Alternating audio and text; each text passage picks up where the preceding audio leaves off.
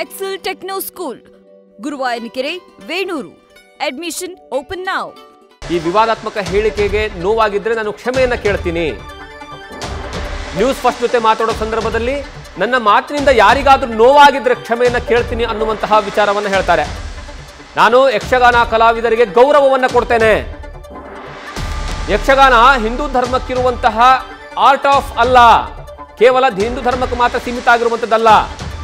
ಯಕ್ಷಗಾನಕ್ಕೆ ಧರ್ಮಕ್ಕೆ ಹೋಲಿಸಬೇಡಿ ಅನ್ನುವಂತಹ ವಿಚಾರವನ್ನ ಬಿಳಿಮಲೆ ಅವರು ಹೇಳಿದ್ದಾರೆ. ನ್ಯೂಸ್ ಫಸ್ಟ್ ಜೊತೆ ಮಾತನಾಡೋ ಸಂದರ್ಭದಲ್ಲಿ ಪ್ರೊಫೆಸರ್ ಪುರುಷೋತ್ತಮ್ ಬಿಳಿಮಲೆ ಕ್ಷಮೆಯನ್ನ ಕೇಳಿದ್ದಾರೆ.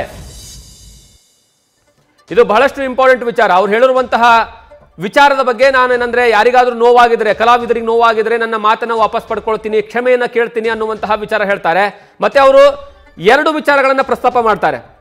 ಒಂದು, ಈ ಹಿಂದೆ ಅಂದ್ರೆ 25ರಿಂದ 30 ವರ್ಷದ ಹಿಂದೆ ಈ ರೀತಿ ಆದಂತಹ ಬಹಳಷ್ಟು ಜನ ಕಲಾವಿದರೇನು ಸಫರ್ ಮಾಡ್ತಾ ಇದ್ರು ಕೆಲವೊಂದು ಪ್ರಾಬ್ಲಮ್ಗಳು. ಅದರಲ್ಲಿ ಈ ಒಂದು ಸಲ್ಲಿಂಗ ಕಾಮವೂ ಸಹ ಇತ್ತು. ಆದರೆ ಇತ್ತೀಚಿನ ವರ್ಷಗಳಲ್ಲಿ ಅದು ಯಾವುದೇ ಕಾರಣಕ್ಕೂ ಸಹ ಇಲ್ಲ. ಇದ್ರ ಬಗ್ಗೆ ಪುಸ್ತಕವನ್ನ ಬರಿಬೇಕು. ಇದ್ರ ಬಗ್ಗೆ ಏನಂತಂದ್ರೆ ಯಾರಾದ್ರೂ ಬೆಳಕನ್ನ ಚೆಲ್ಲುವಂತಹ ಕೆಲಸವನ್ನ ಮಾಡಬೇಕು. ಆದ್ರೆ ಹಿಂದೂ ಧರ್ಮದ ವಿಚಾರವಾಗಿ ನಾನು ಯಾವುದೇ ಕಾರಣಕ್ಕೂ ಹೇಳಿಕೆ ಕೊಡೋದಲ್ಲ. ಯಾಕಂದ್ರೆ ಯಕ್ಷಗಾನಕ್ಕೂ ಹಿಂದೂ ಧರ್ಮಕ್ಕೂ ತಳಕು ಹಾಕುವಂತಹ ಕೆಲಸವನ್ನ ಮಾಡಬೇಡಿ. ಆ ಮೂಲಕವಾಗಿ ಪ್ರೊಫೆಸರ್ ಪುರುಷೋತ್ತಮ್ ಬಿಳಿಮಲೆ ಅವರು ನ್ಯೂಸ್ ಫಸ್ಟ್ ಜೊತೆ ಮಾತನಾಡುವಂತಹ ಸಂದರ್ಭದಲ್ಲಿ ಕ್ಷಮೆಯನ್ನ ಯಾಚಿಸಿದ್ದಾರೆ.